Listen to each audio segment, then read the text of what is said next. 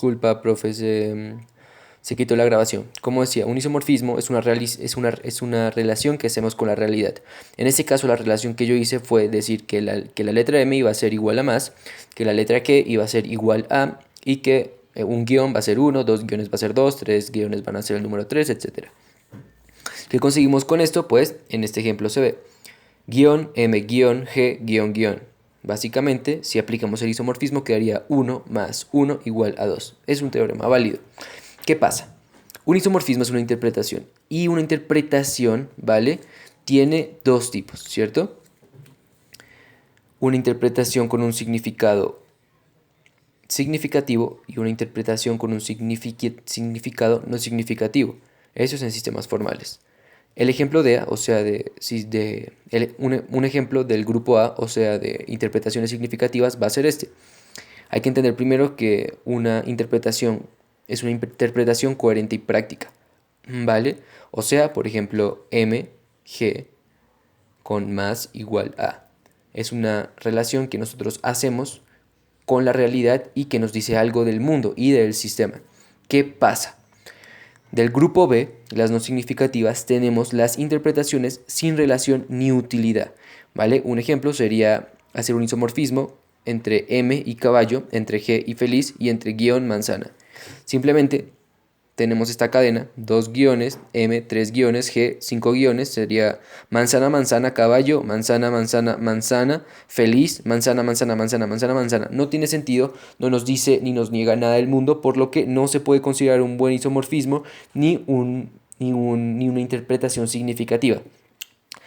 Sin embargo, hay que tener algo súper en claro. Los significados hay de dos tipos, activos y pasivos. Y un sistema formal nunca se va a regir por nuestras interpretaciones, puesto que todo sistema formal tiene una forma y esa forma debe conservarla todo teorema. Eso quiere decir que a pesar de que tengamos nuestro isomorfismo de la suma, no podemos decir, por ejemplo, que dos guiones M, dos guiones M, dos guiones G, seis guiones es un teorema válido del sistema formal MG. ¿Por qué? Porque, bueno, a pesar de que 2 más 2 más 2 sea igual a 6, los isomorfismos solo deben conservarse como una guía. Aquí es una demostración, ¿no?, de las interpretaciones activas y por qué no podemos confiar en nuestros isomorfismos siempre, porque es bueno tenerlos en cuenta, pero no modificar el sistema formal a partir de nuestros isomorfismos. Porque pues, al fin y al cabo, podemos hacer un isomorfismo entre M e igual a entre G y resultado de, y pues cada guión 1, 2 guiones 2, 3 guiones 3 sería igual de válido. ¿Por qué? Porque tendríamos la cadena 2 M, 2 guiones M, 3 guiones G, 5 guiones y se leería 2 es igual a 3 restado de 5 y eso es totalmente válido. Y si nos damos cuenta, si aplicamos ese isomorfismo ahí en 2M, 2M, 2G, 6 no nos sirve, ¿vale? Por eso un isomorfismo siempre debe tener una interpretación significativa pero pasiva. ¿Por qué digo esto? Porque a partir de este tipo de cosas podemos empezar a derivar sistemas formales. ¿Cómo? Simple, el sistema BG. El sistema BG es una derivación del sistema MG. ¿Por qué? Recordemos cómo se hace una derivación de un sistema formal con dos requisitos. Generalidades, que se notan a través de la inteligencia humana, y el proceso de decisión. O sea, que nosotros al empezar a derivar teoremas del sistema MG utilizando el axioma y utilizando la regla de inferencia dada, vamos a encontrar que cada vez la cadena se va a ir haciendo más grande y que cada vez van a haber números, va a haber una relación numérica entre las cadenas. Y de acá surge el sistema BG, un sistema eh, con un esquema axiomático de la siguiente manera. No vamos a llamarlo axioma, ¿por qué? Porque no es una determinación, simplemente es una representación de variables con un mínimo de sentido, pero no es totalmente determinista. Solo tiene un mínimo de sentido, pero utiliza variables. El esquema axiomático de nuestro sistema BG va a decir que X, V, guión, GX es un axioma siempre que X sea una cadena de guiones, ¿vale? ¿Qué pasa? La regla de inferencia nos va a dictar que supongamos que X, Y y Z son cadenas de guiones y supongamos que X, B, Y, G, Z es un teorema conocido. Luego, X, B, Y, guión, G, ZX será un nuevo teorema. Pongamos un ejemplo. El ejemplo va a ser que X va a pasar a ser 2, B va a ser B, Y van a ser 3 guiones y Z van a ser 6 guiones, ¿vale? Démonos cuenta que cumple nuestro criterio de teoremidad y nuestra regla de inferencia. Y además de que parte del axioma. Aquí ocurren cosas muy impactantes y vamos simplemente a hacer el primer isomorfismo de B y G. El isomorfismo va a ser que B va a ser veces y G igual. Démonos cuenta que 2 veces 3 es igual a 6. Acabamos de formalizar la multiplicación. ¿A partir de qué? De generalidades de un sistema formal anterior y más pequeño, que sería la suma. ¿Qué pasa ahora? Esta parte también es súper importante y es la figura y fondo. Un sistema formal tiene una figura y un fondo, en especial este sistema formal BG.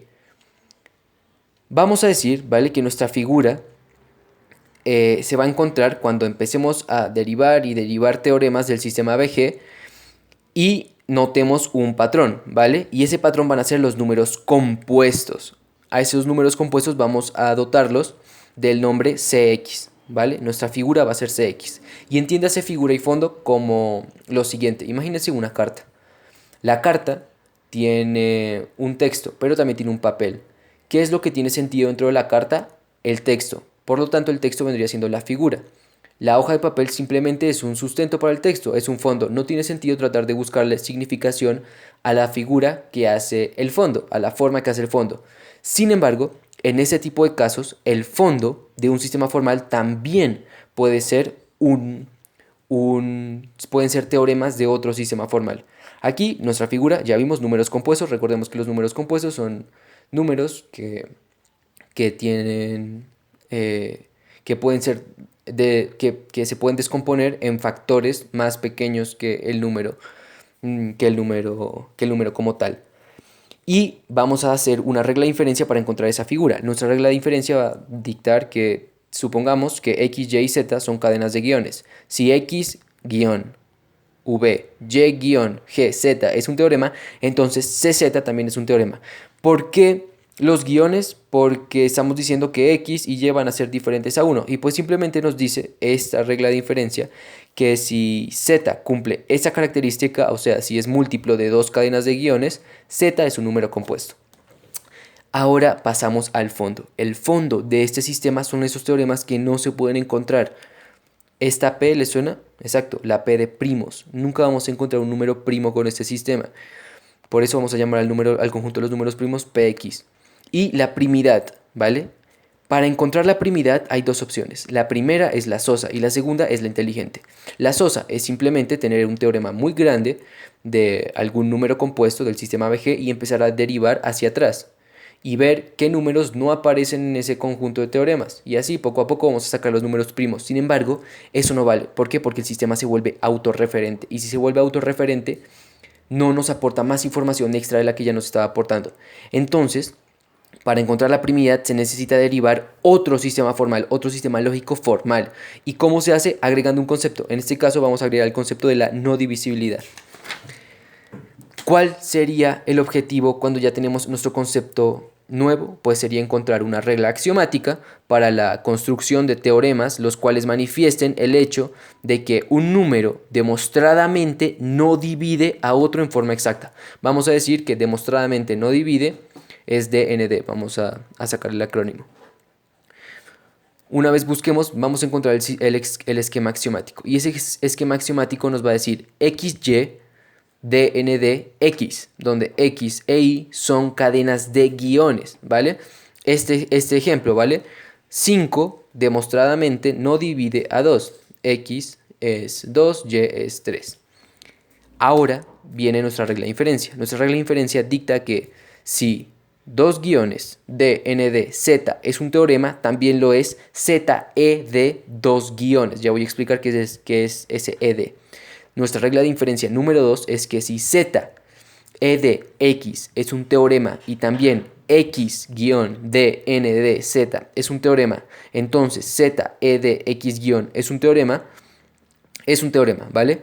Aquí pues ED significa extensión de divisor, que no tiene ese divisor. Entonces aquí dice simplemente que si 2 demostradamente no divide a z es un teorema, también lo es que z está exento del divisor número 2. La regla de inferencia 2 dice que si z está exento del divisor x es un teorema y también x demostradamente no divide a z es un teorema, entonces z es exento del divisor x es un teorema, ¿vale?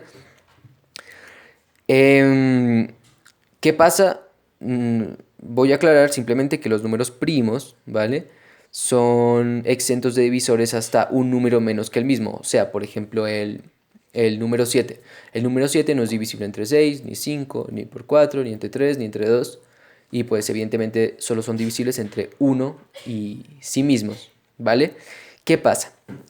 Vamos a resumir todo ese sistema formal para encontrar números primos, ¿vale? Que recordemos es una derivación del sistema BG con una agregación conceptual. Y esa agregación conceptual nos dice algo del mundo. Vamos a conseguir la siguiente regla. La siguiente regla simplemente dice que si Z- es exento del divisor Z, es un teorema, entonces PZ- es un teorema del sistema. El sistema es P. Entonces acá nos acaba de decir que si Z más 1 está exento de divisor, es exento de divisor Z, es un teorema, entonces Z- es un teorema del sistema. Recordemos aquí, pues, la unidad mínima de sentido sería que el P2, o sea que el número 2 es un número primo, es un axioma. Y dése cuenta que acabamos, a partir de simplemente un juego tonto, ¿vale? Un juego lógico, entendimos dos conceptos importantes. La inteligencia humana, que nos permite encontrar generalidades, y el procedimiento de decisión que nos permite derivar más teoremas. Lo pusimos en práctica con el sistema MG, en donde definimos la suma, también definimos que era un isomorfismo y sus interpretaciones, tanto pasivas como activas, significativas y no significativas, y a partir de ese sistema de la suma, simplemente derivamos el sistema BG, en donde encontramos dos aspectos muy importantes. El primero, la figura y el fondo. La figura vendría siendo todos los teoremas obtenidos del sistema BG en este caso, y el fondo serían todos esos teoremas que nunca vamos a encontrar si seguimos aplicando las reglas de inferencia. A partir de ese fondo fue que establecimos una generalidad, agregamos un concepto extra, que sería en este caso la no divisibilidad, y derivamos de ahí los números primos. O sea que volvimos los números primos ya no un no teorema, sino los volvimos un teorema de otro sistema formal. Entonces, claro, esto responde a la pregunta porque nos dice que no solo la lógica de primer orden nos sirve para hacer argumentos de complejidad, sino también para hacer sistemas formales enteros a partir de otros, agregando conceptos isomórficos. Y pues eso es. Gracias, profe.